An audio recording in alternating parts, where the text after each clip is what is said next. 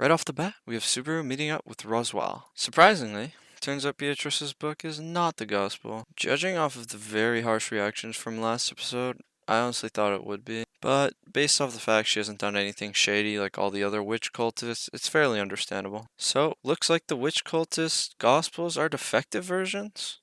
The fact that Beatrice owns such a rare item just proves how much of a big factor she is in the world of ReZero. Continuing the discussion with Roswaal, is it just me, or did it seem that Roswaal assumed Subaru knew what the question meant that he was referring to when he got Ram to send the message? He seemed genuinely surprised when it seemed like Subaru didn't know what he was talking about. Now, Roswaal telling Subaru to say that he is the person, so many new questions open up. Could Roswaal be misunderstanding who Subaru is? Does he know about his powers? Maybe Roswaal knows more about Subaru than he does himself. Anyways, is it just me, or did Roswaal look surprised when Subaru said he would punch him no matter what? To me, it looks like shock on his face, almost like he doesn't know what he's talking about, or it confirms the theory in his head. Who knows? Well, I guess light novel readers do, but that's besides the question. Garfield's beast form is terrifying. Comparing it to Frederica, it's like comparing a gorilla to a cat, man. It's insane.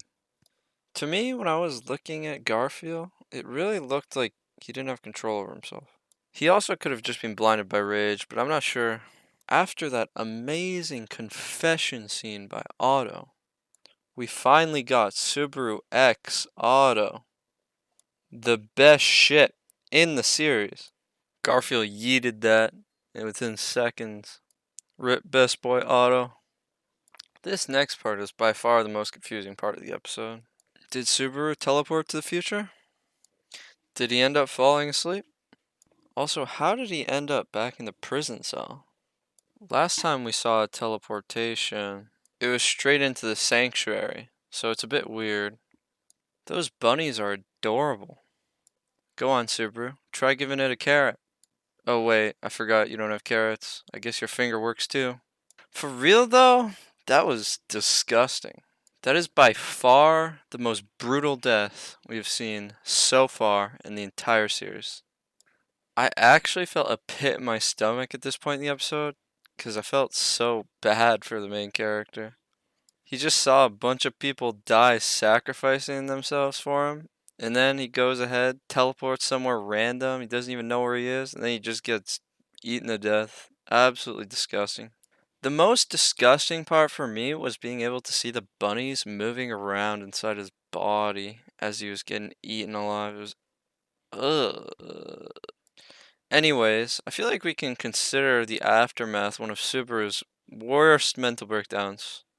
It seemed like the mental breakdown where he pretended his mind was broken and Rem was like playing a one-man game of Twister, if you know what I mean. But this time it seemed genuinely real, like he actually lost his mind. It makes me wonder if this is the madness Beltagees mentioned in the first season that Subaru was faking, but it's actually real this time. Like he's actually going crazy. I guess getting eaten alive, slowly and painfully, could do that to you. Subaru went absolutely nuts bashing his head against the ground. Wait until Amelia wakes up to that. Subaru comforting Amelia with a gushing wound on his forehead. She's gonna end up even more scared when she wakes up than she was when she was having that trial. Real talk though, I actually think that wound in his forehead could end up playing to his favor. When he wakes up, he might end up being more understandable or pitiable to Garfield.